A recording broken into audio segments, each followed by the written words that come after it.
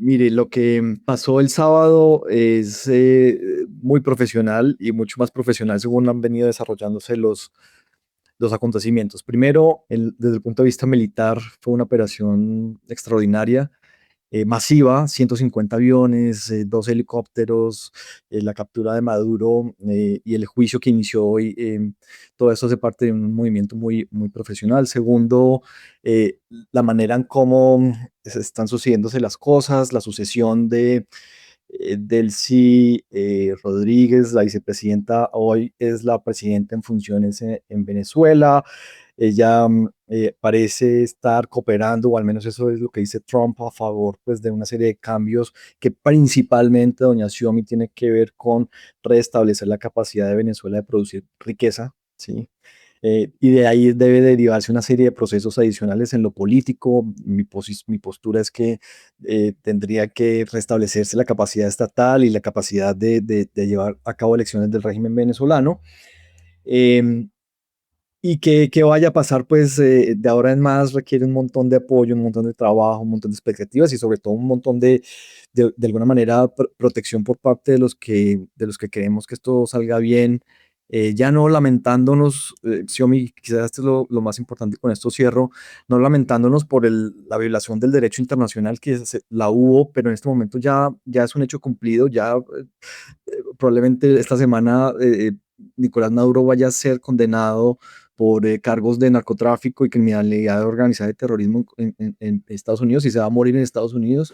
Ahora tenemos que es mirar hacia el futuro y ver cómo los países, los profesionales, los pueblos y todos apoyamos a Venezuela para que salga de este trágico, de este trágico régimen que acabó, bueno, cuyo fin empezó el sábado.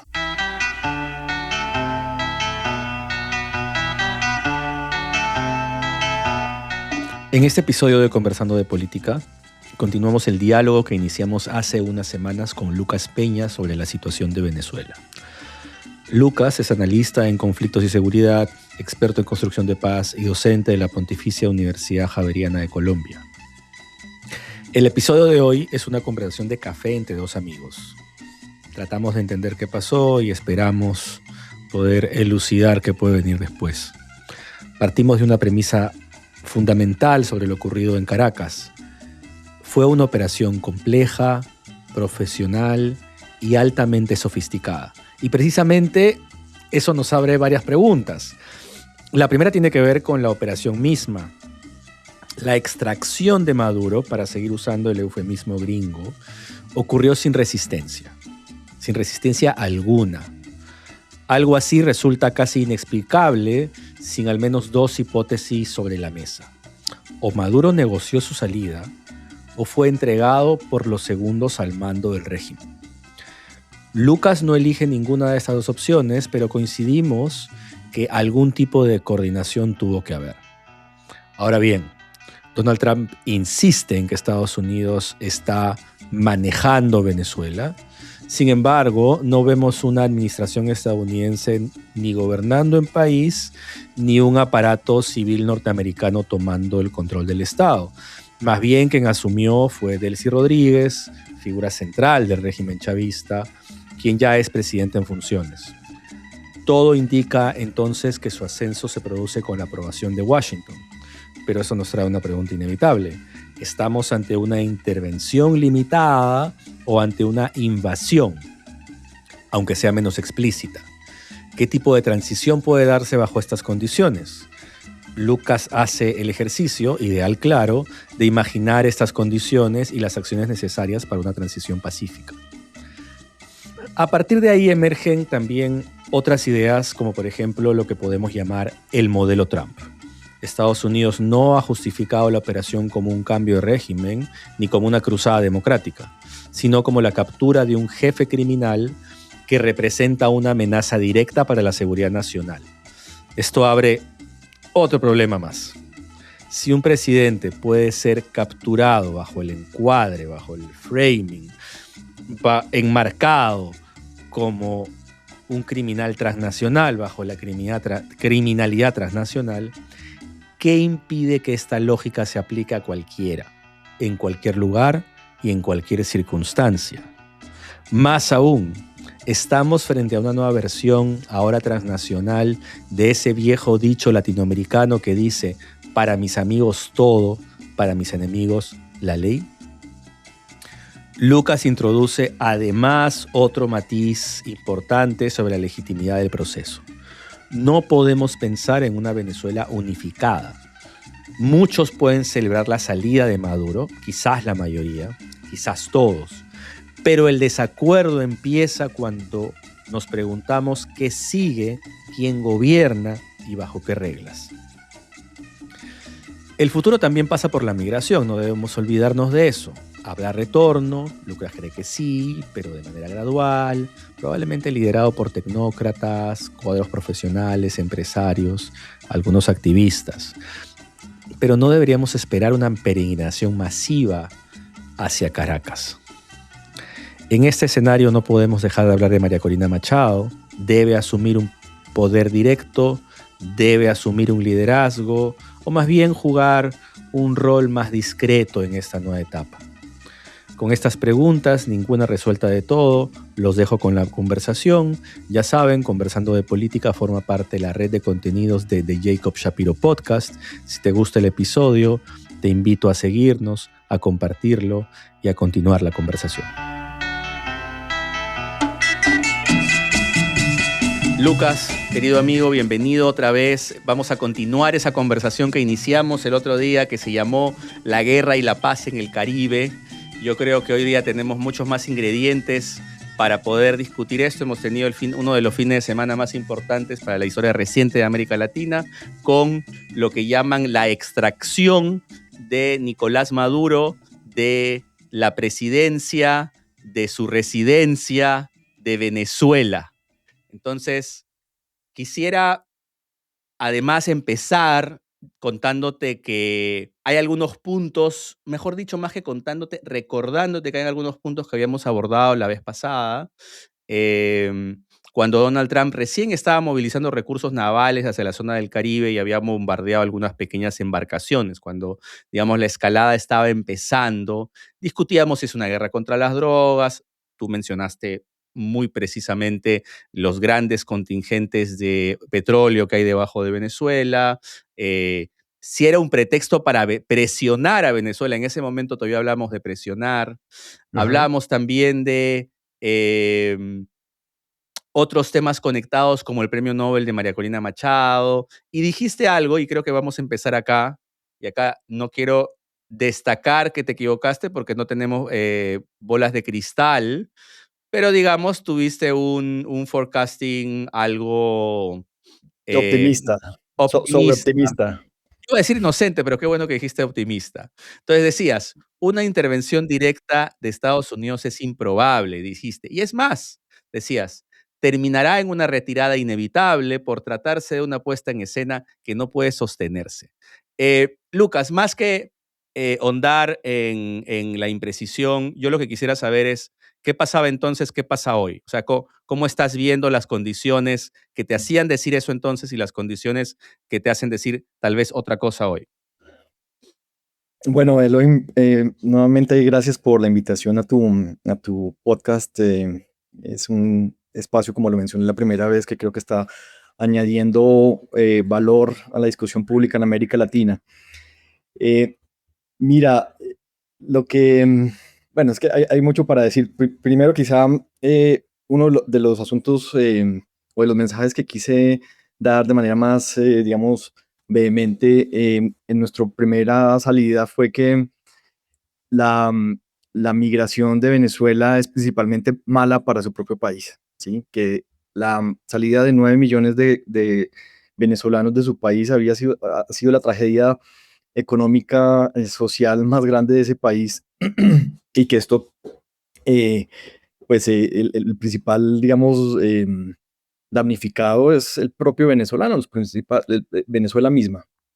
Esa era como el highlight de la conversación anterior, pero ¿qué está pasando? ¿Qué vimos? ¿Qué podemos decir de lo que pasó este fin de semana? Yo creo que empezó el año de una manera muy dramática, si se quiere.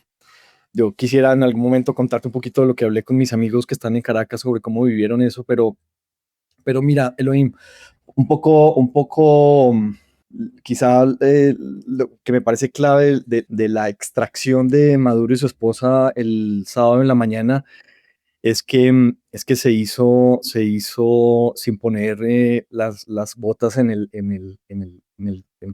la tierra. Obviamente tuvieron que descargar algunos o quizás cientos de militares para podérselo llevar.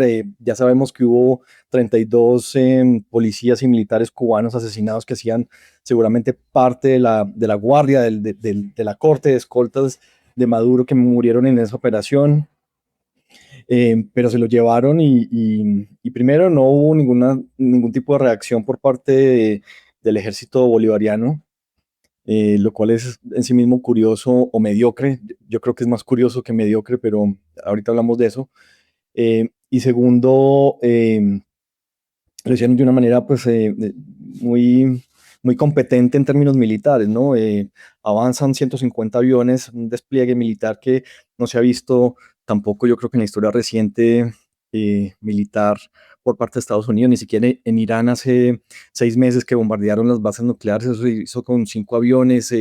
Estaba leyendo esta mañana que para hacer el rescate de rehenes en Teherán en el 80 fueron 14.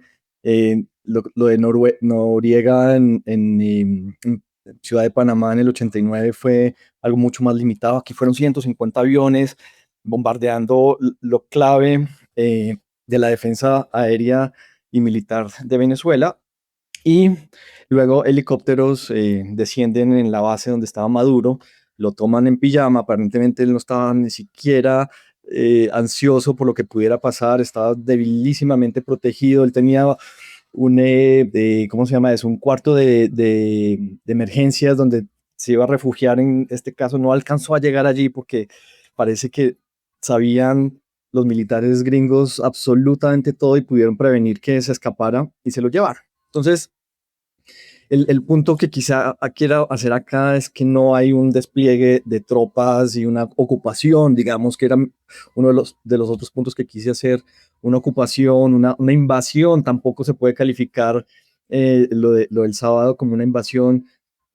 No hubo una captura del Estado venezolano como lo Déjame, hubo. déjame ser preciso. Dices, no puede ser calificado como invasión. ¿En qué términos para quienes nos escuchan? Sí, en el sentido en que no fue una captura del Estado como en Irak o en Afganistán, ¿cierto? Se despliegan los militares de Estados Unidos, toman gobierno de todas las instituciones estatales y empiezan a administrar.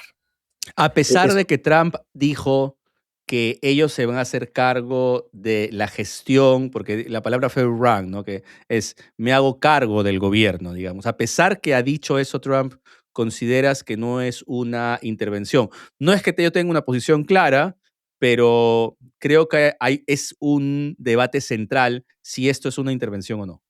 no, yo creo que sí es una intervención, Elohim. Lo que no es una invasión, no es una, Invasión, no, perdón. no- no es, Ajá. no es una, ¿cómo puedo ser más preciso? No es una toma, digamos, del país por parte de Estados Unidos. Es la captura de un criminal, un jefe delincuencial de una organización del crimen organizado que ejerce una amenaza para Estados Unidos, que eso no es.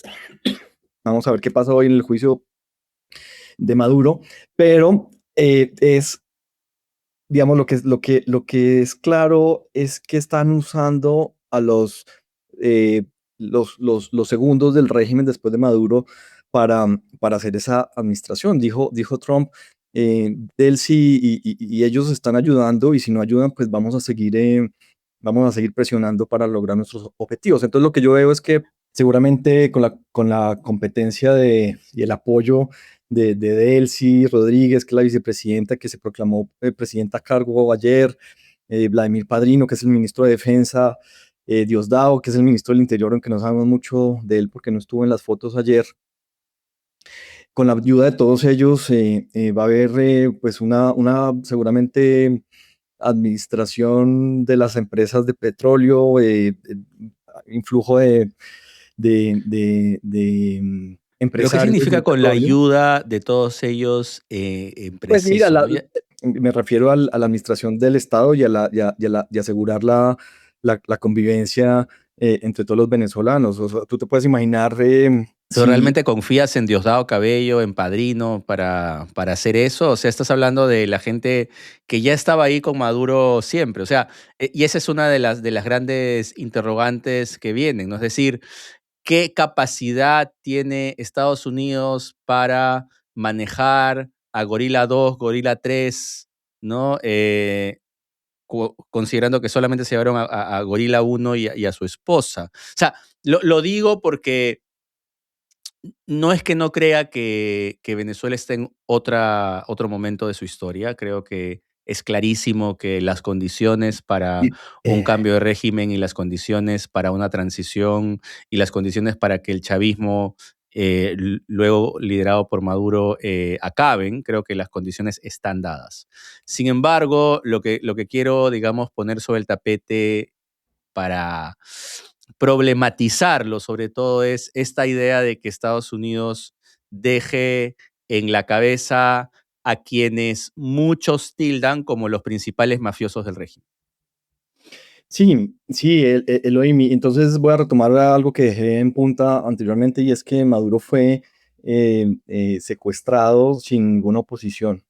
Eso indica o lleva a pensar de que hubo colaboración dentro del mismo régimen. ¿Quién colaboró? Pues no lo sabemos y va a ser muy difícil que lo sepamos en las próximas, ¿no? Pero lo que seguramente está pasando es que hubo una serie de acuerdos con los segundos al mando del régimen, el movimiento. Entonces a eso me refiero. Yo creo que hay muchas cosas que se están cuajando.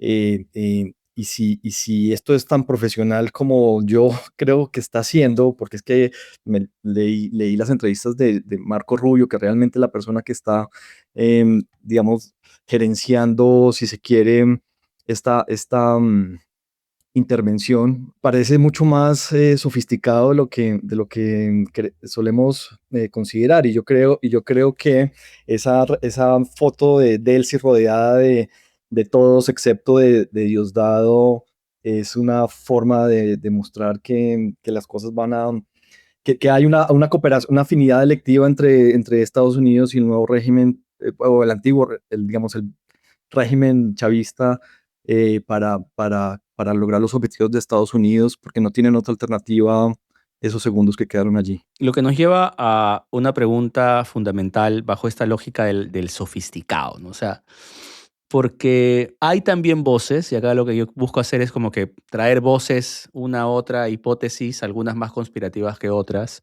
y problematizarlo contigo. Entonces, ¿realmente estamos hablando de esa opción de que toda la cúpula sabía menos Maduro? ¿O es que Maduro también sabía? Es decir, porque otra de las corrientes que está siguiendo es, De él acuerdo. esperó sentado a que se lo lleven y el show o sea, y ahí yo te doy, digamos, algo que habíamos conversado la vez pasada, y es que esto tiene que tener algo de show, ¿no? O sea, y creo que es parte de la performance de Trump. Todo tiene que ser parte de un espectáculo, pero no todo ese espectáculo tiene que ser necesariamente real.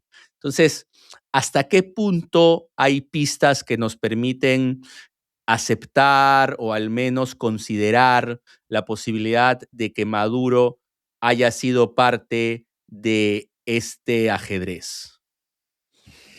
Pues yo creo que es plausible y es necesario considerar esa hipótesis sin duda, Elohim. Es que tú no tienes un ejército de 100.000 hombres con quizá la fuerza aérea más poderosa de América Latina, después de Brasil quizá, o de Sudamérica, digámoslo, no sé México, y se llevan al comandante supremo sin ninguna reacción. Esto es absolutamente inexplicable, pero las explicaciones son o que Maduro, digamos, negoció y tiene un acuerdo con los Estados Unidos, o que fue entregado por sus segundos al mando.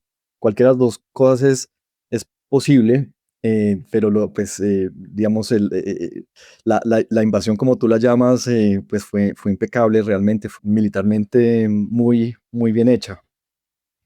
Sí, de acuerdo. Entonces, creo que estamos de acuerdo en que esto no fue solamente una operación de una noche, sino que, creo que voy a usar tu palabra, ha sido un trabajo sofisticado de semanas, Meses, es que de meses, que cualquiera sea el escenario, es decir, que sea que Maduro es parte de la negociación o que los segundos fueron los que lo entregaron, en cualquiera de los dos escenarios, esto fue un trabajo quirúrgico, es mucho más de largo profesional aliento. es mucho más profesional de lo que creemos, Elohim.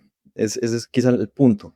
¿Sí? Eh, eh, Estados Unidos lleva tratando de propiciar un cambio de régimen hace años. ¿Sí? En Barbados hubo unos procesos de paz en que se firmaron unos acuerdos y en que todo lo que pidió Estados Unidos y la oposición lo concedió el régimen. em, También tuvo un envoy o dos que hay evidencia de que le ofrecieron a Maduro eh, beneficios y negociaciones para salir pacíficamente, que fuera a refugiarse a Turquía, a Cuba, a Bielorrusia, en fin. Esto parece que no funcionó, pero eso no quiere decir que no haya otro tipo de negociaciones que no conocemos hoy. Y pues entre comillas, receptividad de Delcy y los suyos eh, pues para parecer cohesionados, y la respuesta de Estados Unidos sobre que ellos están cooperando, pues pareciera que hay algo ahí que hay Muy que coordinado, muy muy conversado, coordinados. muy Sí, sí, sí. pactado. Ahora, vamos un pasito atrás antes de hacer un poco la mirada hacia adelante. Acabas de mencionar bien que ha habido intentos. Ha habido intentos de distinta índole y vamos a dejar entre paréntesis un rato Estados Unidos y vamos a hablar de lo que para mí fue la oportunidad perdida más importante para una transición, digamos, en clave sudamericana, que es cuando el régimen de Maduro se roba la elección y Brasil, Colombia y México se quedan callados. Algunos dicen estaban negociando, no, se quedaron callados, no presionaron y en ese Yo creo, momento creo que Brasil entonces, sí rechazó y nunca reconoció a Maduro, pero los otros sí se quedaron callados, especialmente en mi país, y cosa que lamento. de acuerdo. Ahora bien, cuando digo se quedaron callados, también no solamente me refiero a rechazar sino a presionar, o sea, es decir, a hacer acciones que presionen al gobierno venezolano, en este caso a Maduro, tomando el poder por la fuerza en las elecciones, haciéndose de las elecciones, y creo que esa fue una oportunidad perdida, lo cual me lleva a la discusión de si esa fue una de las oportunidades perdidas más importantes y hubo otros intentos de Estados Unidos que no fueron fructíferos, yo veo acá como que dos posibilidades y creo que es central en la discusión que hay hoy día en la opinión pública sobre esto. Y es, la primera es, seguimos esperando a que el régimen se caiga solo de Maduro, ¿no? Digamos, y la otra es que era la única posibilidad en el corto plazo de que Estados Unidos lo resuelva y decidió resolverlo como lo pudo resolver y como lo quiso resolver.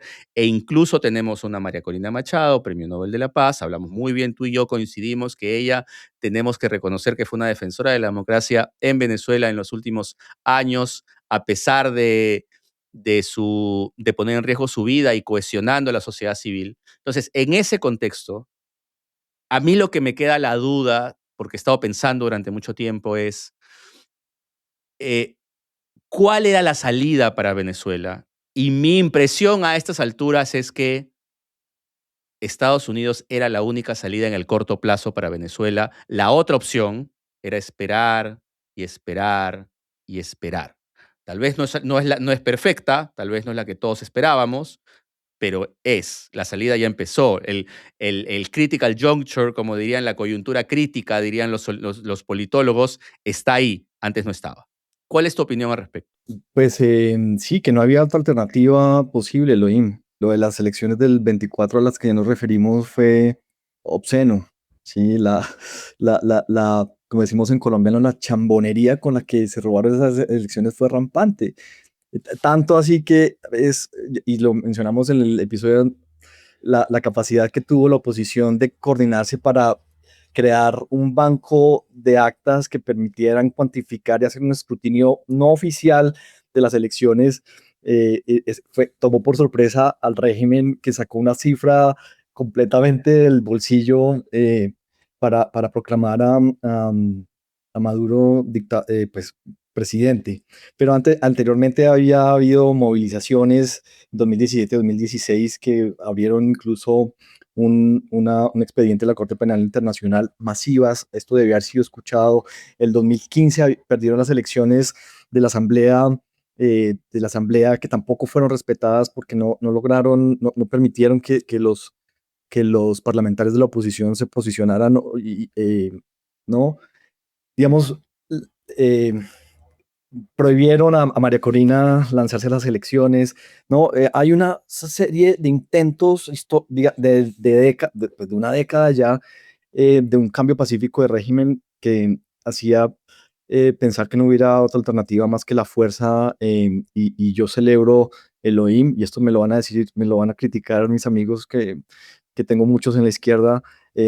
eh, una salida militar con una operación muy, muy, muy, muy bien hecha, que es lo que tenemos hoy, que además no ha, mira, Elohim, lo fácil, digamos, lo que es interesante, yo no quiero decir que no vaya a pasar, pero hoy no hay violencia callejera, ni protestas, ni confrontación, a pesar de que hay algunas fotos de los colectivos chavistas armados rondando, pero la gente está absorta quizá, esperando qué pasa, se está pertrechando, está haciendo fila en los supermercados, que me parece una imagen un poco triste, porque son colas y colas y colas de gente tratando de llenar sus neveras para poder resistir lo que venga, que no se sabe muy bien qué es, pero no hay un derramamiento de sangre entre chavistas y no chavistas. El ejército tampoco parece estar atacando a nadie, pues porque no hay un enemigo adentro que atacar. Elohim, que es, yo creo que la cosa interesante de la invasión, como tú la llamas.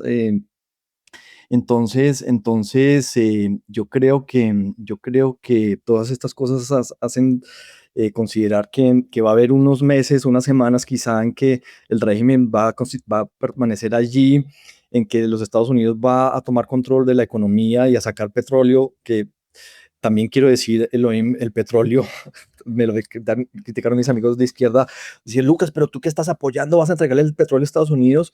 Yo voy a decir, el petróleo nunca ha sido de los venezolanos, tampoco. Primero, Maduro destruyó la capacidad de sacarlo, ¿sí? Y lo Así poquito que, es. lo poquito que sacó, ha venido sacando, se lo está vendiendo a un precio irrisorio a China, y regalándoselo a Cuba. Esto no está Y la irrigando. plata no va a los venezolanos, la plata va a los No, pues bolsillos de, de quizá a una través élite. quizá mediante una cosa que se llama CLAP, que es unas cajas de comida que entregan, y que se usa pues para crear lealtades, pero aparte del CLAP, yo entiendo que no, que la plata del petróleo tampoco llegó a la economía, no logró crear industria. Porque se le están robando, o sea, se le Pues, estaban robando al menos, no, o no, no sé si o no, o, todavía. o no la pueden sacar, Elohim. Es que esto es casi, es una gran tragedia. Entonces, yo lo que creo y lo que confío es que la captura de las empresas estatales venezolanas del petróleo, pues puedan sacar petróleo y generar economía, y empezar a atraer la migración venezolana nuevamente, para que se reinstalen en su país, y que a partir de todo esto, pues haya un proceso paralelo o consecuente de regreso a la democracia. Por eso te decía que mi visión sigue siendo optimista. Quiero mencionar algunas cosas. Tú qué tan preocupado estás por lo que piensan tus amigos de izquierda. Estoy bromeando, pero los has recordado bastante. Están presentes acá mientras conversamos. Yo creo que hay tres conceptos que se están poniendo en tela de juicio acá.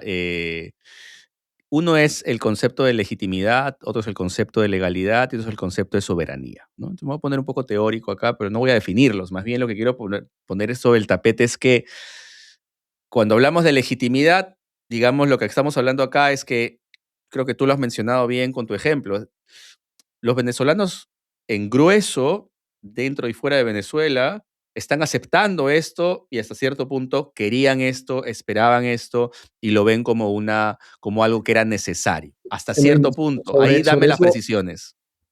sobre eso yo no veo a la venezolaneidad unificada y cohesionada. No existe, no existe, y que en ninguna comunidad humana existe. Yo he recibido pues memes, no, sino mensajes de WhatsApp de gente que está en Venezuela y me dice, prefiero morir antes que una ocupación o un cambio de régimen para María Corina, cosas de ese estilo. Entonces creo que hay una inmensa escala de percepciones sobre lo que está pasando a favor y en contra. Lo que pasa es que en Estados Unidos y en la televisión vemos la gente animada, pero pues, digamos, yo no creo que esto represente Pero a la tú crees mayoría. que la diáspora, que tú la mencionaste un rato, 9 millones, o sea, empecemos por la diáspora, porque es cierto que sería muy bruto generalizar a todos los venezolanos como un solo cuerpo.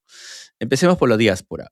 Podemos pensar que en su mayoría la diáspora venezolana que ha sido empujada en la migración por este régimen, el régimen que además continúa con todos los bemoles, digamos, el régimen chavista, Eso es. toda esta gente que ha sido empujada fuera de Venezuela por la precariedad del Estado, por la violencia política, toda esta gente está aceptando o tampoco podemos generalizar ahí.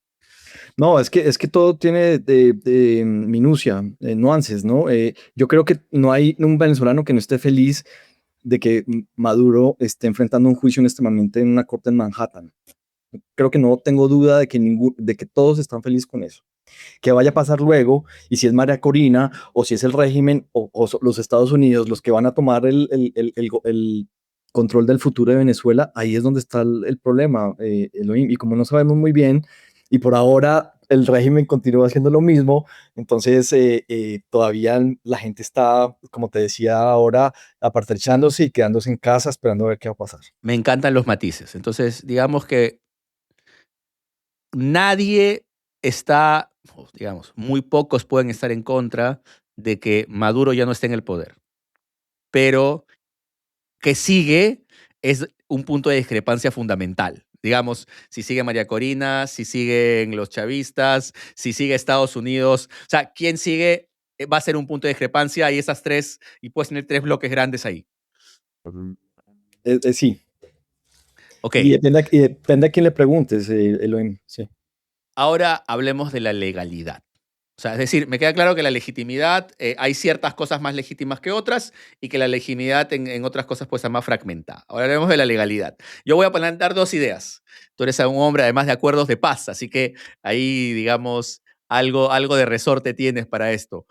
Em, tenemos, claramente esto ha sido un bypass del derecho internacional. Claramente, eso creo que, pero a la vez esto ha sido, digamos, hecho bajo las leyes de Estados Unidos y Estados Unidos ya estamos acostumbrados en los últimos 150 años que el derecho internacional le importa un pepino. Entonces, para los Estados Unidos esto ha sido legal. Y además acomodó tanto la norma porque esto fue una extracción de un delincuente internacional que, by the way, a propósito, ocurre que era el presidente de un país y él era un dictador brutal. Entonces, y se lo llevó. ¿Cómo ves tú esto que yo estoy analizándolo como Estados Unidos hace lo que le da la gana, pero lo que me preocupa, y acá es fundamental, es que, primera idea, para mis amigos todos, para mis enemigos la ley, ¿no? Primera idea. Y segunda idea, la ley entonces no es para los poderosos. Es decir, no es para los poderosos que son amigos de Estados Unidos. La ley es para todos los demás. Y además de manera selectiva, que es lo más grave. Pues mira, es que yo creo que ahí está parte de la discusión. Esta mañana en la radio colombiana entrevistaron al fiscal, al investigador de todo el caso con el que están llevando a Maduro a la cárcel. Pues a juicio, a la cárcel no, a juicio, pero seguramente va a estar en la cárcel y como hago un paréntesis casi pues, de una forma de ponerlo de un tipo que me gusta leer mucho en el New Yorker que se llama John Lee Anderson, probablemente Maduro no vaya a volver a dormir en su país, ¿sí? Eh, Entonces, en esa entrevista de la radio colombiana con este señor que se llama Sandalio González, un nombre además simpático, el tipo contaba los detalles documentados de toda la investigación que han podido hacer, ¿no? Cosas como eh, la autorización del despegue del aeropuerto de Caracas de un avión con 50 toneladas de cocaína que llegó a México, por ejemplo. Porque, ¿cómo pasa esto? Pues porque hay un complot, pues, o como lo llaman en Estados Unidos, una conspiración, y perdona que haga paréntesis, pero es que las palabras me gustan. En Colombia se llama concierto para delinquir, complot bueno, ¿cómo puede ser que un avión con 50 toneladas de cocaína salga de Caracas y aterrice en México? Ahí tiene que haber un montón de gente conspirando para esto, ¿sí? Em, la relación entonces el punto era, esto está agrediendo y se constituye en una amenaza a la seguridad de los Estados Unidos, ¿sí? Entonces, la relación con las FARC y los jefes de las disidencias que resultaron del acuerdo de paz, estos tipos están en Venezuela. El ELN, el Ejército Nacional de Liberación de Colombia, que es una guerrilla que lleva 60 años, hoy tiene su headquarter en Venezuela. Es un ejército que se volvió las fuerzas paramilitares del Cartel de los Soles, ¿no? El trabajo sucio que quieren hacer se lo mandan a hacer al ELN, ¿no? Entonces, la descripción era muy interesante porque permitía ver todos esos vínculos de el Estado chavista gobernado por Maduro, que es el jefe máximo del Cartel de los Soles. Lo que estoy hablando es del Cartel de los Soles, y cómo esto se constituía una amenaza para la seguridad de Estados Unidos, inclusive Elohim, a través del tráfico de armas, porque el tráfico de armas de Irán, de Rusia, también es uno de los temas. Y otro, termino aquí, la relación con Hezbollah. Hezbollah, tú sabes que es un partido político en armas en Líbano, enemigo número uno de Israel, financiado por los iraníes, en que Israel está tratando de desmantelar. Creo que mataron a uno de sus miembros el domingo también en Líbano, pero Elohim demuestra este fiscal que el gobierno chavista entregó pasaportes venezolanos a miembros de Hezbollah y de la mafia iraní, para que pudieran andar como venezolanos por todo el mundo, complotando también para la seguridad de Estados Unidos. Entonces, si creemos esto o no lo creemos, ya cada quien lo verá, pero esto hace parte de un caso federal judicial que va a llevar a Maduro a juicio y seguramente lo va a llevar a la cárcel. Entonces, legalidad existe. Para cerrar, ¿qué era tu pregunta?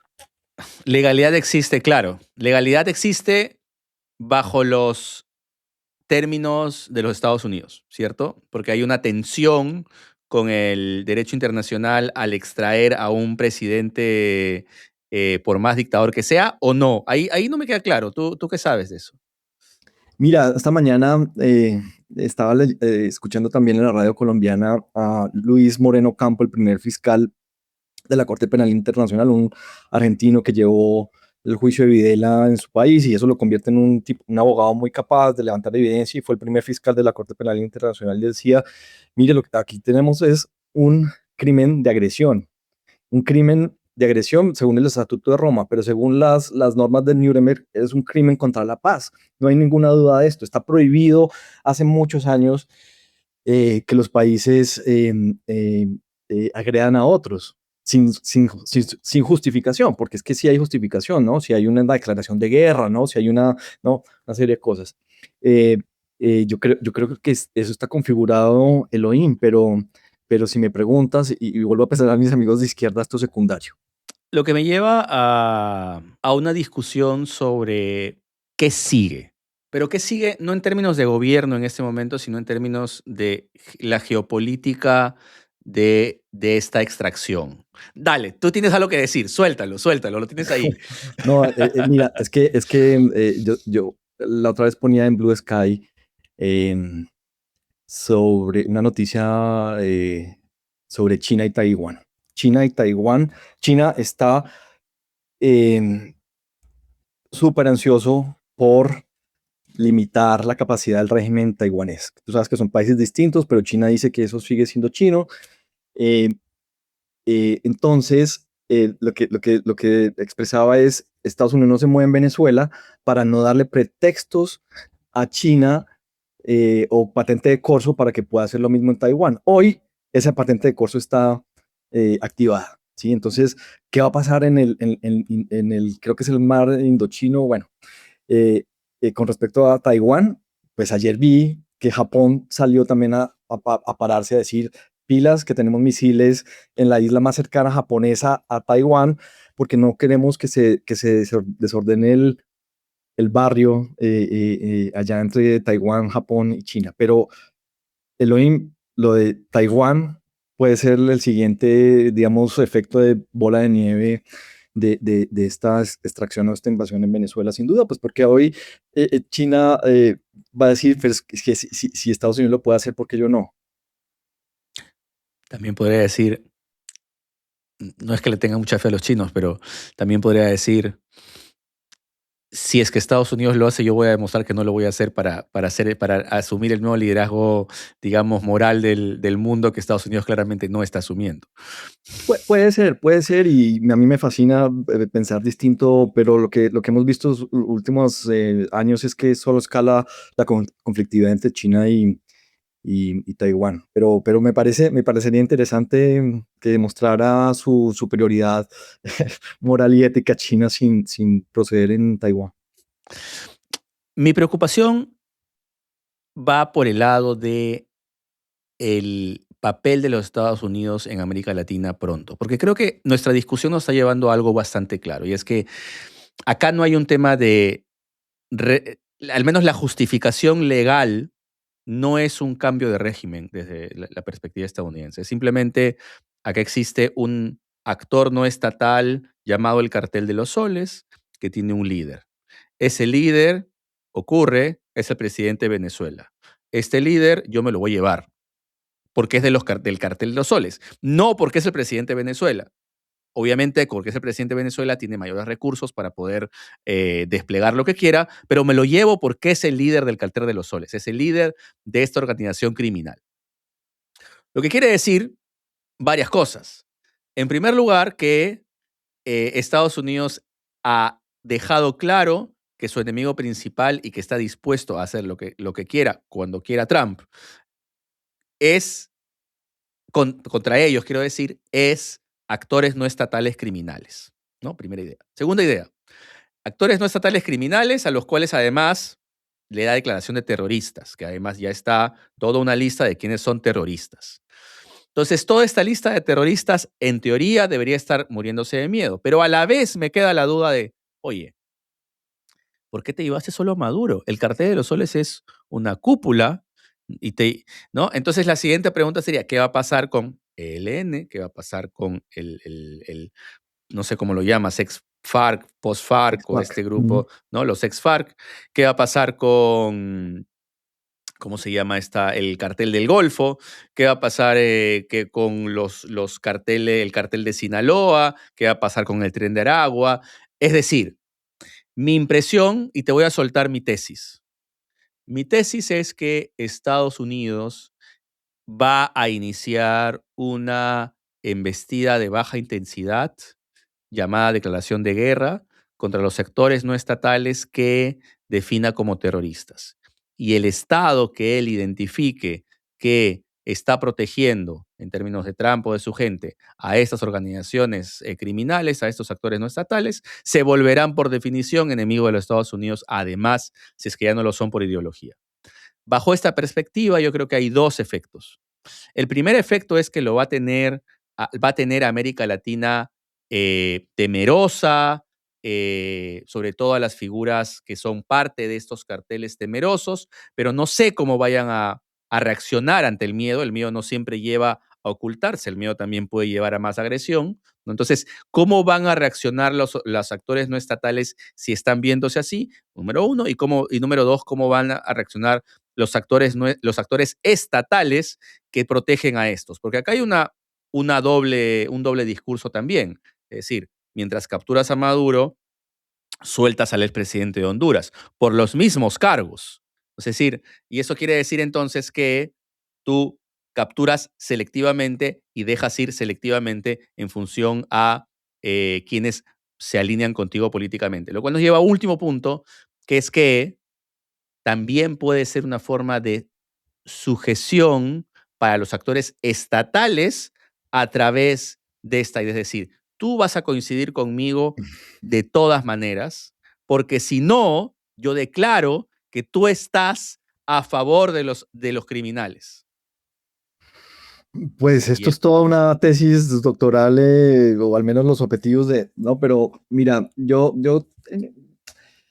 creo que estoy de acuerdo, excepto por el tema de que va a enfrentar directamente a los carteles o a las organizaciones o a los actores no estatales. Yo creo que se va a servir como se ha venido sirviendo de la cooperación de los países amigos.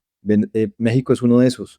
México no es un amigo, pero ha venido sabiendo actuar inteligentemente para cooperar con su socio y vecino, de manera inteligente, ¿sí? El cartel del Golfo no hace parte, digamos, de la gente que esté asociada con Venezuela, hasta donde yo sé. Pues puedo estar equivocado, desinformado, y no sé el cartel de Sinaloa tampoco, pero definitivamente las FARC y el ELN sí. es que es mi Eh, punto, es que lo que quiero hacer claro ahí ese es mi punto. Ya no importa el país, no importa Venezuela. Importa el actor no estatal, que se llamaba Cartel de Osoles, que se llama Cartel de Sinaloa, porque ese es el bueno, enemigo según la norma estadounidense que permitió ir y sacar a una persona del país.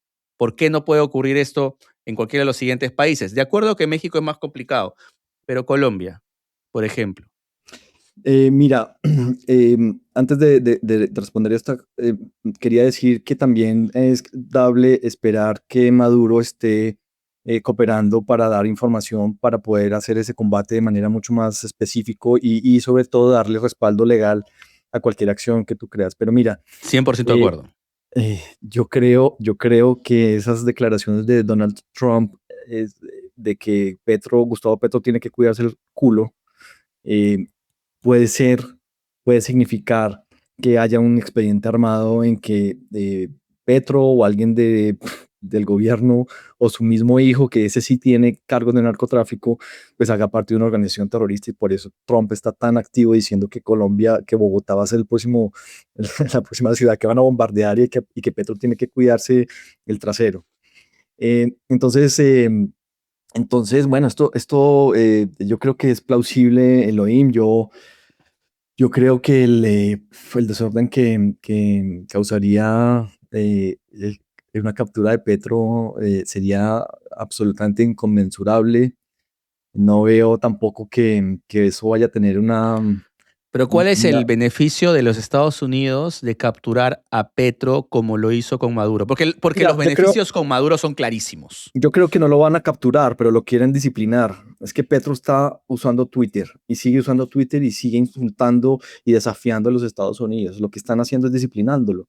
Ya le quitaron la visa, lo incluyeron en la lista Clinton, que es la lista de organizaciones terroristas de Estados Unidos. Él, ni su esposa, ni el ministro del Interior, Armando Benedetti, O sea, en términos puede. legales, si quisieran, mañana lo sacan. O sea, es decir, en términos legales de Yo los estados, bajo la línea de la legalidad de los Estados Unidos, podrían hacer mañana lo mismo que hicieron con Maduro si no lo quisieran. sé, no lo sé, pero supongo que detrás hay un expediente abierto digamos, pueda irse a un juez a decir que Gustavo Petro hace parte de una organización delictiva y que se bata en juicio, pero no tengo evidencia ni forma de respaldar eso de ninguna manera, estimado. Y, pero sí entendemos que no debería suceder, ¿no? Es decir, no, porque no encontramos ningún beneficio directo de Donald Trump de llevarse a Petro mañana, a menos de que sea simplemente por el capricho de que no seas un lengua larga. Yo no veo beneficios para los Estados Unidos, solo. Sí, es costoso. Bombardear Bogotá va mucho más lejos de la costa que Caracas, no sé. Colombia tiene un régimen democrático legítimo, digamos, nadie está cuestionando la salud de nuestra democracia Así hoy. es. Y los colombianos pueden elegir en unos meses Petro quién se va a va, reemplazarlo. Petro se va en 7 meses. ¿Para qué te lo vas a llevar si sale, no? Pero estoy de Entonces, acuerdo que lo que está mandando un mensaje es decir, oye, compórtate, quédate quieto, sí, vete tranquilito. suelta Twitter. Entonces, la siguiente pregunta que me toca hacer es, ¿qué va a pasar con la diáspora? ¿Qué va a pasar con los migrantes? O sea, te lanzo mis primeras ideas. Mis primeras ideas son que ya debe haber un conjunto de venezolanos haciendo maletas para regresar, sobre todo tal vez los más activistas, los más valientes además, porque no es que se haya resuelto todo, pero que encuentran que ya está la puerta abierta para una transición y quieren ser parte de esto. ¿Ya? Pero a la vez, y esto quiero plantearlo con mi segunda tesis es que Trump está generando las condiciones perfectas, y no solo Trump, también la historia, para que haya una Sudamérica pintada hacia la derecha, tal vez como nunca antes. Y Trump ahí se puede configurar incluso hasta como un Bolívar, va a conseguir el sueño de Bolívar que Chávez no consiguió. Entonces va a lograr pintar, y vamos país por país. Tienes Chile con Cast. Yo creo que Perú y Colombia es altamente probable, evidentemente no está seguro, pero es altamente probable que se vayan hacia la derecha en las próximas No elecciones. tengo duda de eso en Colombia, Elon. ¿Ya? Yo también tengo pocas dudas que se va hacia la derecha Perú.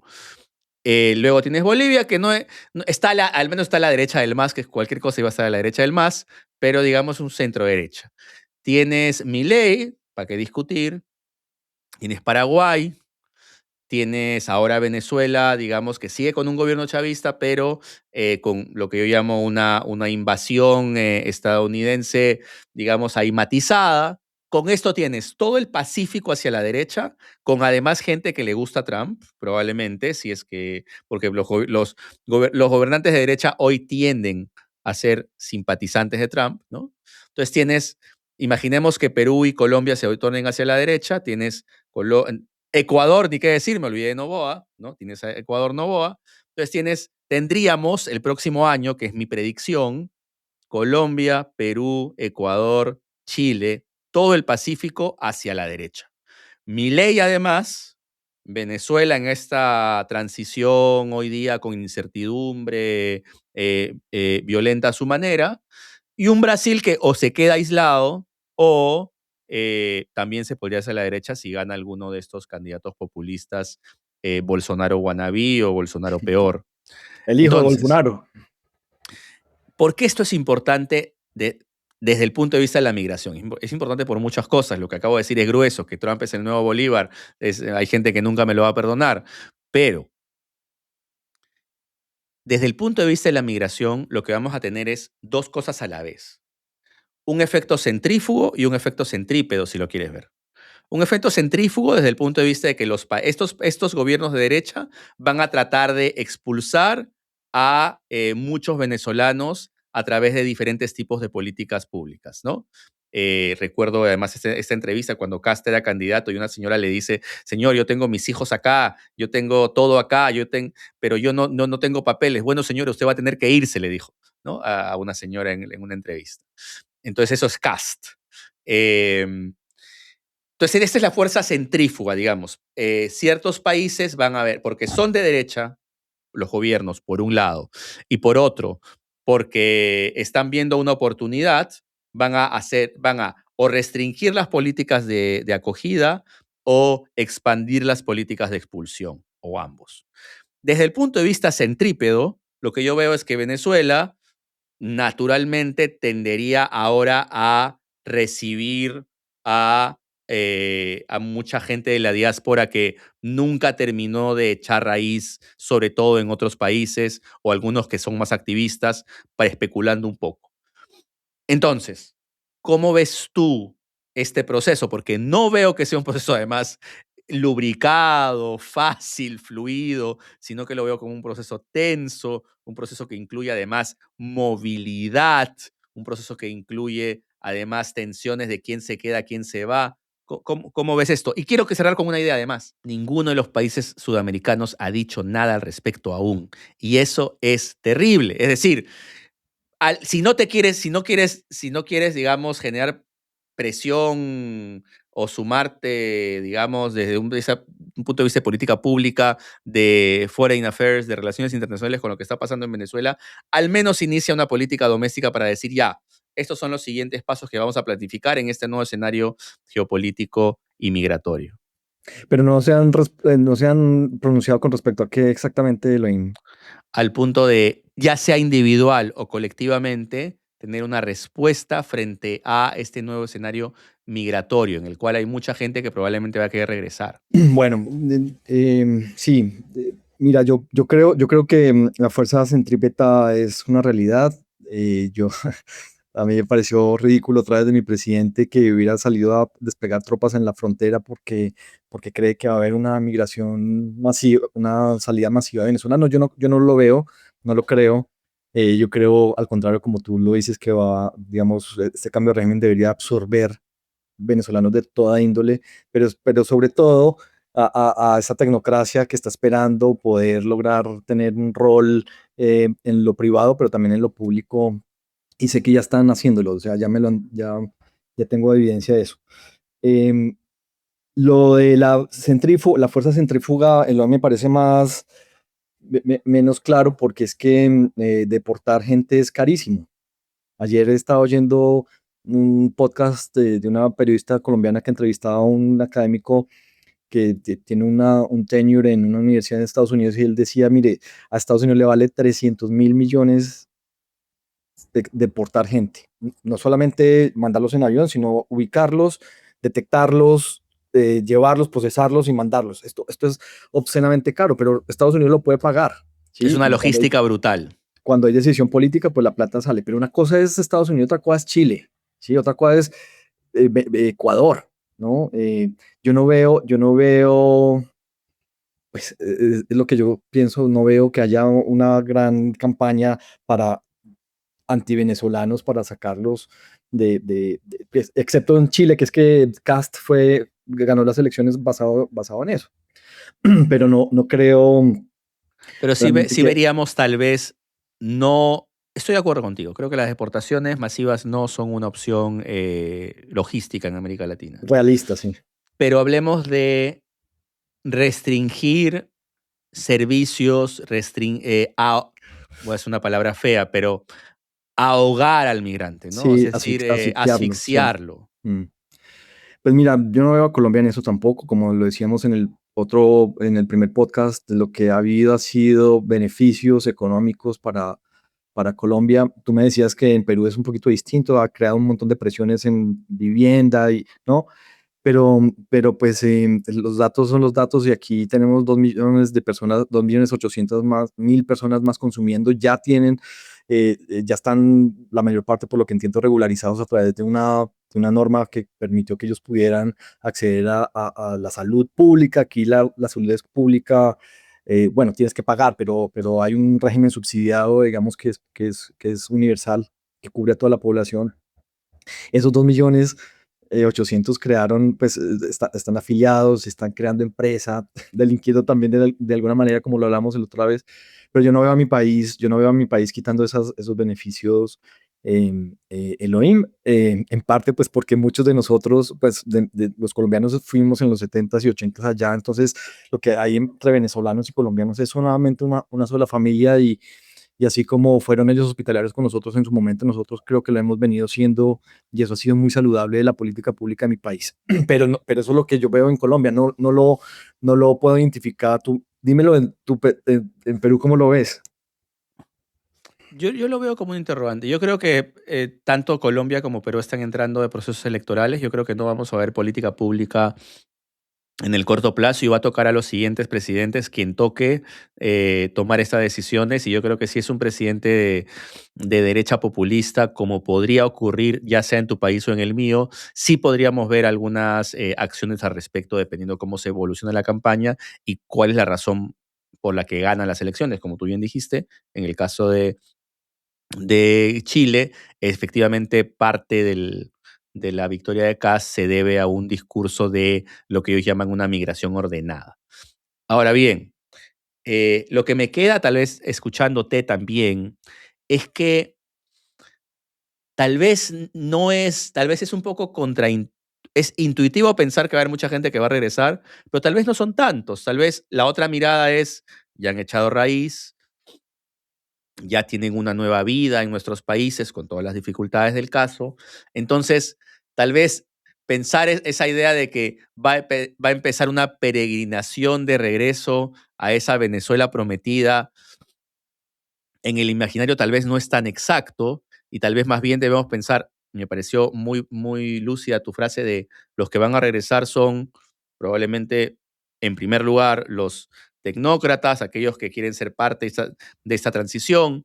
Número dos, probablemente algunos activistas. Y número Sí, tres, pero probablemente algunos grupos que empresarios nunca echaron raíz. y empresarios del sector privado que quieren rehacer la economía, ya estoy seguro que también capturar oportunidades económicas está en sus Pero consideraciones. lo que quiero preguntarte es, pero no necesariamente estos son muchos, ¿no? O sea, es decir, Es verdad, eh, es verdad, Elohim, pero fíjate, tú que estás en una condición no de inmigración, sino separado de tu hogar, sé que seguramente has sentido que hay momentos en que solamente quieres regresar, no sé, tus hijos, probablemente tu esposa también, digamos, hay una circunstancia de las personas que viajan y que han viajado y es lo que llaman en inglés la homesickness, ¿no? Esa ¿cómo se llama? Esa nostalgia por, esa nostalgia por por la la casa, tierra por el que, hogar. ¿no? Entonces yo creo que si la gente siente que hay condiciones optimistas por mucho arraigo que haya logrado, tenderá a regresar. O sea, no, casi no tengo duda de eso, pero bueno, tú dices, pueden ser no muchos. Yo pienso que lo que no va a pasar es que van a llegar en estampida, sino que van a ir Va a ser un tema más llegando. gradual Sí, pues, y llevamos 15 años de migración venezolana, pues consideremos que pueden tomarse otros claro, 15 años regresar. para quienes regresen, exactamente. Lo cual nos deja una pregunta, tal vez ya para ir cerrando, tal vez sería un cierre paulatino, pero también que nos tome unos 15 años. Pero es, ¿cómo ves esa situación ideal en Venezuela? O sea, hablemos un poco. Tú me dijiste al inicio, antes de empezar la grabación, me dijiste, sigo siendo optimista, Elohim, me dijiste, ¿no? O sea, ¿cuál es para ti ese optimismo? ¿Qué estás viendo tú que va a pasar dentro de Venezuela en los próximos años, independientemente de si te equivocas o no? ¿Qué es lo que tú estás mirando? Sí, mira, yo lo que creo es que va a haber cooperación por parte del régimen o lo que queda del régimen chavista a favor de los intereses de Estados Unidos, básicamente porque no tienen opción, porque saben que los Estados Unidos pueden llegar y capturarlos como lo hicieron con el comandante Máximo sin que nadie pueda oponerse. Ellos tienen, digamos, le están, hay un meme de Betty la Fea, yo no sé si tú o los oyentes lo identifiquen, pero dice la segunda de, bueno, dice, me están respirando en la nuca, Marcela, ¿sí? Digamos, la gente del régimen sabe que están respirando en la nuca, digamos, y creo que va a haber cooperación para esto. Pero si no cooperan, pues entonces tendría que haber un proceso muy rápido de restauración de la democracia, difícil, quizá lento, en que logren nuevamente eh, eh, eh, eh, restablecer el Estado de Derecho en Venezuela. Pero en el entretanto, digamos, eso es como a favor de la construcción de Estado y de la reconstrucción democrática, pero en el entretanto sabemos muy claramente, Elohim, que lo que quiere Estados Unidos es volver a sacar petróleo como solía hacerlo Venezuela hace 25 años y producir riqueza para pues para los estadounidenses, pero pues esto seguramente tendría que irrigar dinero en la economía a través de puestos de trabajo, a través del pago de regalías, etcétera. Entonces creo que soy optimista porque creo que solamente hay futuro positivo para Venezuela en términos económicos y en términos políticos. Yo te planteo un riesgo que creo que puede ocurrir. Y no quiero ser pinchaglobos porque En general creo que tú y yo compartimos ese deseo porque por fin Venezuela pueda ver la luz. Em, yo creo que en este momento la cabeza más buscada de Venezuela es la de Delcy Rodríguez. ¿Por qué? Te voy a explicar cuál es mi argumento. Mi argumento es que hay demasiada gente que estaba ganando demasiado dinero con el régimen chavista, con el régimen liderado por, el chavismo liderado por Maduro, para ser preciso. Y lo que conviene ahora es, ellos están, digamos, temiendo que eso se pierda.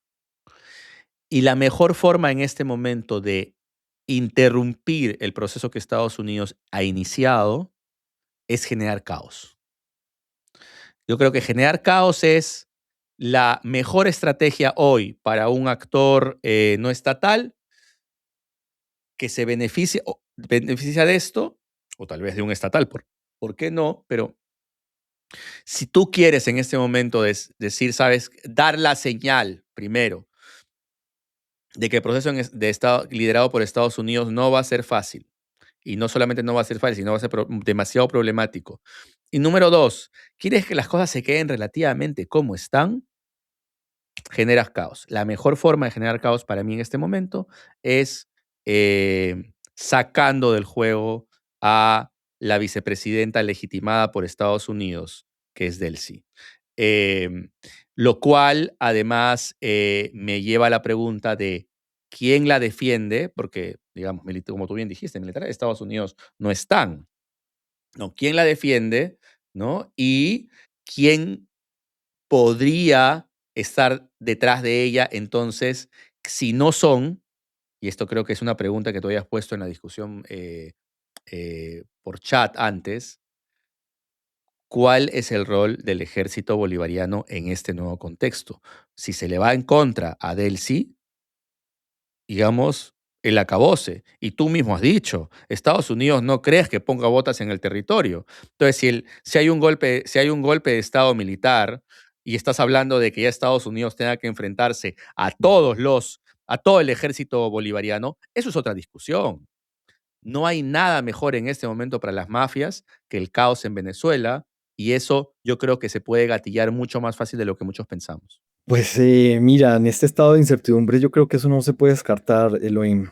Pero bueno, no había llegado a pensar con ese nivel de tremendismo, pero no lo veo, digamos, esto lo considero plausible. Sin embargo, eh, lo que he leído para preparar esto es que Delcy es mucho más inteligente que casi todos allí. Por eso está Ajá. allí, por eso es la vicepresidenta, ¿no? Porque era una persona capaz, estudió en Francia, sabe de economía, ¿no? Yo creo que más claridad mental que muchos allí, no sé si la que más tiene, pero al menos sí tiene más que Maduro seguramente y por eso está allí. Mm, y si la defenestran, ¿qué puede pasar? Pues no, me imagino que quede Padrino López, el ministro de Defensa. Sería muy paradójico que hubiera un golpe de Estado a un golpista, pues a un régimen golpista, pero pues puede ser. Eh, pero el caos, Pero hablemos un poco del rol del ejército bolivariano entonces en lo que viene. mira, yo creo que es que sin un enemigo interno es muy difícil eh, para un ejército hacer algo. Si no tienes un enemigo, ¿a quién te enfrentas? Lo que estaba pensando cuando te escuchaba es, la gente está en sus casas resguardada porque salir a la calle es justamente darle pretextos o hacer activismo en la calle, por ejemplo, es darle pretextos al régimen para que ejerza violencia y no lo descarto, insisto, Elohim, todo estamos hablando en el campo de la especulación, como decíamos la última vez. Pero el caos tampoco es que sea, digamos, una estrategia conveniente en sí misma. Tienes que tener un propósito, un enemigo, no sé, algo que quieras lograr en el caos y ahora sabes que que te están respirando en la nuca.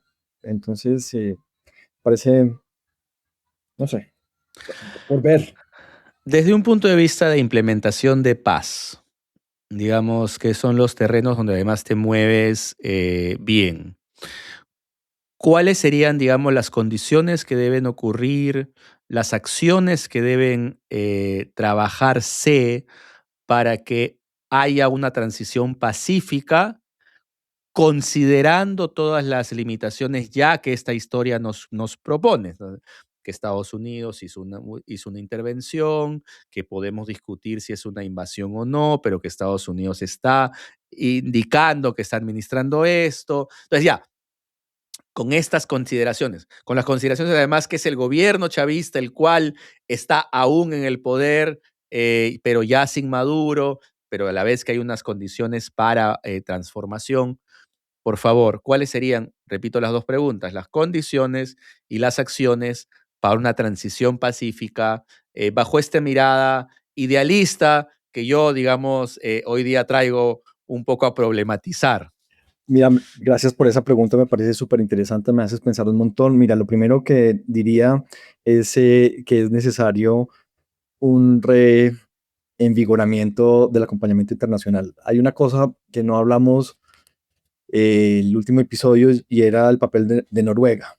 Noruega, su política internacional, su política exterior de paz es muy interesante. Yo la he estudiado mucho y lo que tratan de hacer es generar la confianza necesaria en todos los actores para eventualmente llegar a una negociación, a una mediación, y eso lo hacen con sus ONGs, y entonces despliegan inversiones en campo, donde están los actores, bueno, en fin, una cosa diplomática muy bien lograda, y eso lo venía haciendo Noruega en Venezuela. Noruega era el mediador o el facilitador, como lo que, entre la oposición y el oficialismo en el proceso de paz de Barbados.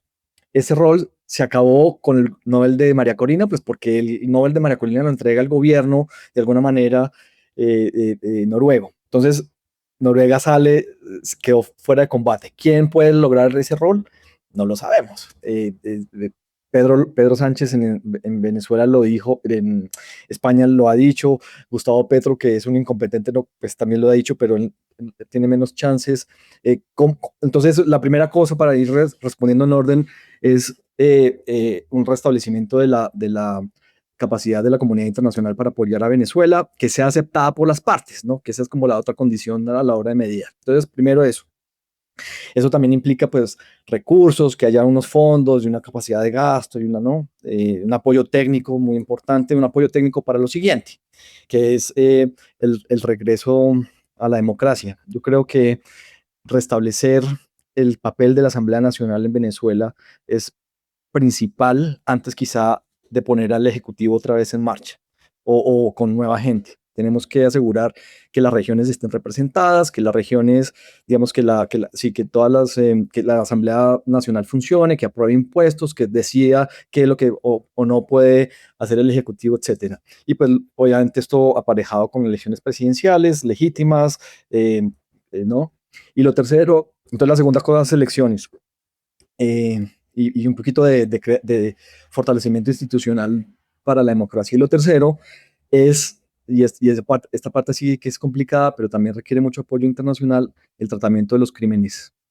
Mm, El régimen chavista tiene por lo menos, bueno, todas las cifras son distintas de lo mismo, yo no confío en ninguna, pero hay unos que dicen que ha habido 20.000 muertos, ha habido otros que dicen que hay 800 presos políticos hoy bajo arresto, en fin, y hay unos expedientes en la Corte Penal Internacional por exceso uso de la fuerza estatal en las manifestaciones de 2016 y 2017. ¿Cómo decida el país tramitar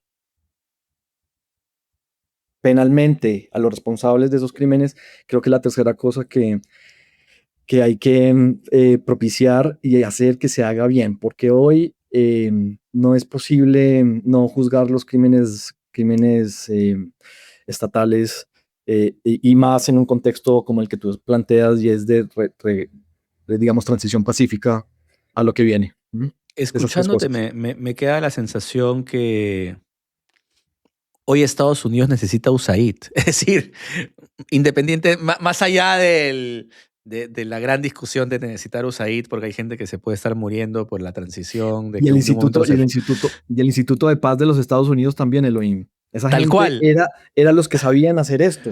Eso se acabó. Muy Claro, o sea, buena. Trump Muy, sabe extraer a Maduro, pero la transición es algo que necesitaba a estos profesionales. me alegra traerlo, pero claro, claro. Y Pero cómo ¿por lo qué? vaya. Es decir, pero para los que nos escuchan, por favor explícanos por qué era necesario ambos. Bueno, el instituto, ¿cómo es? El United States Institute for Peace fue una institución que se creó en los 80 por el gobierno Reagan, que es estatal, pero sus bylaws son no partidistas, es decir, a pesar de que es apoyado y pagado por el dinero del Congreso de Estados Unidos, digamos, por reglamento interno prohíbe que tenga que ser una política partidista de uno de los dos partidos. Y ellos han estado trabajando muy intensamente a favor de lo que es justamente de esto que me estás preguntando, las transiciones, cómo se construye paz, cómo se generan alianzas, cómo se generan esas conversaciones difíciles entre los actores principales en los países que están atravesando por estos procesos. Ellos Pero han déjame sido, ser irónico, ¿no? Pero todavía existe, se llama el Trump's Institute for Peace, por favor. yo sé que esto lo dices con sorna, pero a mí me suena tan grotesco, Elohim, que bueno, pero sí, existe, pero entiendo que sus profesionales son distintos, bueno, ha cambiado mucho y se volvió partidista en ese sentido ahora que me haces pensar en eso. Em, entonces, estos tipos fueron o adquirieron una capacidad importante en todo esto que acabo de decir y en facilitar transiciones. Ellos cumplieron, a ver, roles importantes bueno, quizás no tan estelares, pero en Afganistán, por lo que sé. Bueno, eran profesionales de la construcción de paz. El otro organismo eso se llama la Agencia de Cooperación Internacional para el Desarrollo de los Estados Unidos, USAID, como lo llamamos en colombiano. Ellos lo que hacían era poner dinero para distintas causas que los gobiernos no podían cumplir. Varios ejemplos en Colombia, pues que Colombia ha sido o fue quizá el mayor receptor de ayuda de los Estados Unidos. Entonces ese dinero de USAID se usaba para ayuda humanitaria, promoción para la protección de los derechos de la población LGTBI, promoción y financiación de medios alternativos de comunicación para el fortalecimiento de la democracia y la protección del derecho a la libre información, asuntos relacionados con el cambio climático, sí, financiación de ONGs y poner... Pero sabemos que nada de eso le interesa al gobierno de Trump. O sea, No, pues por eso, por pero eso sí les... entendemos, pero sí entendemos que USAID como aparato hubiera sido muy útil para canalizar ciertos servicios dentro de Venezuela sin que además tenga ese tinte de invasión. Absolutamente, y de hecho, esta última parte de la conversación quizá es muy reveladora para mi propio pensar. Una de las cosas que leí fue un artículo que te voy a mandar del Washington Post, muy sofisticado, pues muy bien hecho, y una de las cosas que decía, vamos a ver cómo Trump enfrenta la necesidad de personal diplomático para llevar a cabo todas estas gestiones, pues porque lo ha desmantelado. Lo que decía del Washington Post era la diplomacia como la conocíamos en Estados Unidos ya no existe más. Ahora Trump confía es en amigos o personas en las que confía casi a nivel personal, no en una burocracia diplomática profesional que le permita pues llevar a cabo tareas que los diplomáticos saben o que la cooperación del desarrollo sabe o que la gente que sabe construir paz sabe en los Estados Unidos. Eso no existe más y es un gran punto sobre cómo Marco Rubio va a liderar y con quién va a proceder con la transformación o los cambios que quiere hacer en Estados Unidos, perdón, en Venezuela a nivel democrático de construcción de paz, porque en lo económico pues parece, no tengo tanta información, pero supongo que hay un montón, es enviar a las representantes de las multinacionales de el petróleo a que pues levanten la infraestructura a cambio de retornos enormes en lo que logran producir en petróleo. Lucas, algo que se haya quedado en el tintero, algo que crees que es María Corina. fundamental decir. María Corina, María Corina, María Corina, ¿verdad? Nuestro Premio Nobel de la Paz Latinoamericano del 2025, que ha sido, podemos tener opiniones encontradas acá, en encontrar diferentes opiniones acá. Una es ha sido ninguneada, otra es está esperando su momento. ¿Tú qué opinas? Dame tu opinión. Mira, lo que supimos por la prensa de ayer es que Trump cree que ella es muy débil, em, y tiene razón. Yo creo que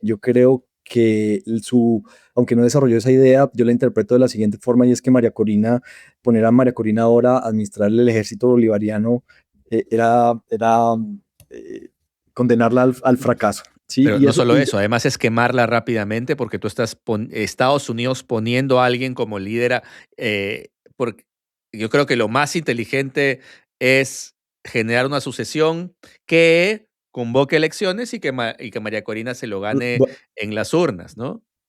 Exactamente. Por eso me parece más profesional de lo que creemos lo de Estados Unidos, pues porque no volar en pedazos el régimen es inteligente si lo que queremos es propiciar una transición. Entonces, María Corina no es el momento de María Corina. Como tú te me adelantaste a decir, lo que tendría que pasar es que en unas próximas elecciones, pues María Corina vuelva a lograrlo. Lo que pasa es que sí fue muy frustrante en caliente cuando yo lo leí, que dijera que no, ella no iba a hacer y que no iba a entregársele a ella, pero luego lo comprendí basado en lo que estamos conversando. Pero ¿cuál es su rol mientras tanto? Es decir, María Corina no tiene que ser la presidenta de Venezuela. Creo que además ponerla sería tan impositivo como el gobierno chavista. Es decir, pero ¿cuál es el rol que una Mm. persona como ella y el movimiento que ella lidera debería asumir? Pues coordinar la reconstrucción tecnocrática, si se quiere. Yo creo que lo que yo noto del movimiento de María Corina es un montón de gente muy buena, muy experta, muy capaz, muy técnica, ¿no? Muy, eso, tecnocrática. Y yo creo que su labor debería poder ser propiciar que esos cuadros generen los documentos, hagan las sugerencias de lo que debe pasar para que este proceso es decir, una asesora en la sombra de la transición, si se quiere, Elohim, porque es que siento que su voz pública es quizá lo que y especialmente el Nobel de Paz es lo que la volvió una figura incómoda, porque ahora tiene más atención, más reflectores, y no, digamos, digamos, más su visibilidad es su propia defecto, digamos, en este momento de las cosas. Entonces, si ella abordara un bajo perfil y como digo, tratara de alimentar esas discusiones que deben darse en lo técnico a lo largo de la transición, yo creo que ahí tiene que ser su utilidad. La transición no la puede liderar Marco Rubio, porque Marco Rubio pues puede ser muy inteligente, pero no tiene ni idea de cómo funciona Venezuela. Los gringos que van a hacer esto no tienen ni idea y necesitan datos, necesitan información, insights, policy papers, etcétera. Yo quisiera agregar algo a lo que tú planteas. Creo que tú y yo estamos de acuerdo con el rol que debe asumir María Corina y que es correcto que no asuma ningún cargo hoy. Pero quiero además agregar un componente simbólico que tiene efectos prácticos. O sea, María Corina es un premio Nobel de la Paz. Y yo creo que ahora es el momento en que ella tiene la responsabilidad de asumir que como premio Nobel de la Paz debe liderar la transición pacífica. O sea, ya estamos, ya defendió a Trump, ya dijo, ya, oye, Trump, te necesitamos, ya Trump hizo lo que ella quería. O sea, lo que ella esperaba. O sea, no es que Trump hizo, no es que Trump lo hizo porque ella lo quería, pero entendemos que Trump hizo lo que ella quería que pase. No sé si exactamente así, pero quería que pase. Entonces, yo creo que ahora el rol de María Corina es justamente embanderar esa transición pacífica. O sea, ya es, olvídate del gringo, ¿no? Ya el gringo hizo lo que tuvo que hacer, ya se sacó a Maduro, y ahora María Corina, y esto creo que es un desafío para ella, porque no sé, no estoy seguro si realmente tenga el perfil para ello, es, ok, María Corina, tú eres un estandarte de la democracia, pero ahora ya es cuáles son los siguientes pasos para esa transición pacífica que necesita Venezuela en este nuevo escenario. Ya no es me sigo peleando con el gorila, ahora es cómo damos los siguientes pasos. Y yo, o sea, ojo, es una mujer inteligentísima, creo que es una mujer valiente, pero ahí es cuando esta tecnocracia que tú planteas me lleva a pensar que también necesita a estos expertos en democracia, en transición, en justicia transicional, en todas estas cosas Impuestos, que ocurren en en los cambios de régimen administración y que, pública. y que no solamente basta con estar rodeado de un montón de buenos empresarios que quieren sacar adelante la economía del país, que es igual de necesario. Pues yo creo que está en eso, Elohim. Yo creo que ella no ha parado realmente de hacerlo. Yo creo que el asunto es cómo, y el asunto es si la invitan, porque en este momento no está invitada a jugar, a bailar ese vals. Eh, pero de su inteligencia debería derivarse que siga siendo relevante para Venezuela, para los venezolanos, y igualmente legítima, y cómo lo haga, pues hace parte de una serie de consideraciones que me imagino que ella y su equipo están teniendo en este momento, en Elohim. Pero yo creo que guardar un poquito de sigilo y evitar la visibilidad pública, yo creo que es muy bueno en este momento. Bien dicho, bien dicho. Creo que también es igual de cierto. Esto es como hacen el amor los puercoespines, decía un amigo, con mucho cuidado. Em, Lucas, gracias. Creo que esta ha sido una conversación fantástica. Em, Como siempre, me gustaría pedirte que en el último minuto, en los últimos 2 minutos, digas cuáles son tal vez la una, dos, tres ideas máximo que debería llevarse de esta conversación mi tía que le gusta escucharnos, pero que mi tía Xiomara, además la mencionabas tú mucho, tía Xiomara que le gusta escucharnos, pero que no necesariamente eh, es, es, es conocedora de estas jergas sofisticadas, sino que simplemente quiere saber qué debo saber de esto y qué debo llevarme de esto. Lucas, por favor. Doña Xiomi, saludos hasta Lima, supongo que ya está allá. Mire, lo que eh, pasó el sábado es muy profesional y mucho más profesional según han venido desarrollándose los acontecimientos. Primero, eh, desde el punto de vista militar, fue una operación extraordinaria, masiva, 150 aviones, 2 helicópteros, la captura de Maduro, y el juicio que inició hoy. Todo eso hace parte de un movimiento muy, muy profesional. Segundo, la manera en cómo se están sucediéndose las cosas, la sucesión de Delcy Rodríguez, la vicepresidenta, hoy es la presidenta en funciones en Venezuela. Ella parece estar cooperando, o al menos eso es lo que dice Trump, a favor, pues, de una serie de cambios que principalmente, doña Xiomi, tiene que ver con restablecer la capacidad de Venezuela de producir riqueza, ¿sí? Y de ahí debe derivarse una serie de procesos adicionales en lo político. Mi postura es que tendría que restablecerse la capacidad estatal y la capacidad de llevar a cabo elecciones del régimen venezolano. Em, y que vaya a pasar, pues, de ahora en más requiere un montón de apoyo, un montón de trabajo, un montón de expectativas, y sobre todo un montón de alguna manera, protección por parte de los que queremos que esto salga bien. Ya no lamentándonos, Xiomi, quizás esto es lo más importante, y con esto cierro, no lamentándonos por la violación del derecho internacional, que la hubo, pero en este momento ya es un hecho cumplido. Ya probablemente esta semana Nicolás Maduro vaya a ser condenado por, cargos de narcotráfico y criminalidad organizada, de terrorismo en Estados Unidos, y se va a morir en Estados Unidos. Ahora tenemos que es mirar hacia el futuro y ver cómo los países, los profesionales, los pueblos y todos apoyamos a Venezuela para que salga de este trágico, de este trágico régimen que acabó, bueno, cuyo fin empezó el sábado, doña Somi. Muchas gracias, Lucas. Realmente un gusto que continuemos estas conversaciones. A Cuídate tus mucho. órdenes siempre, querido Elohim. Abrazos.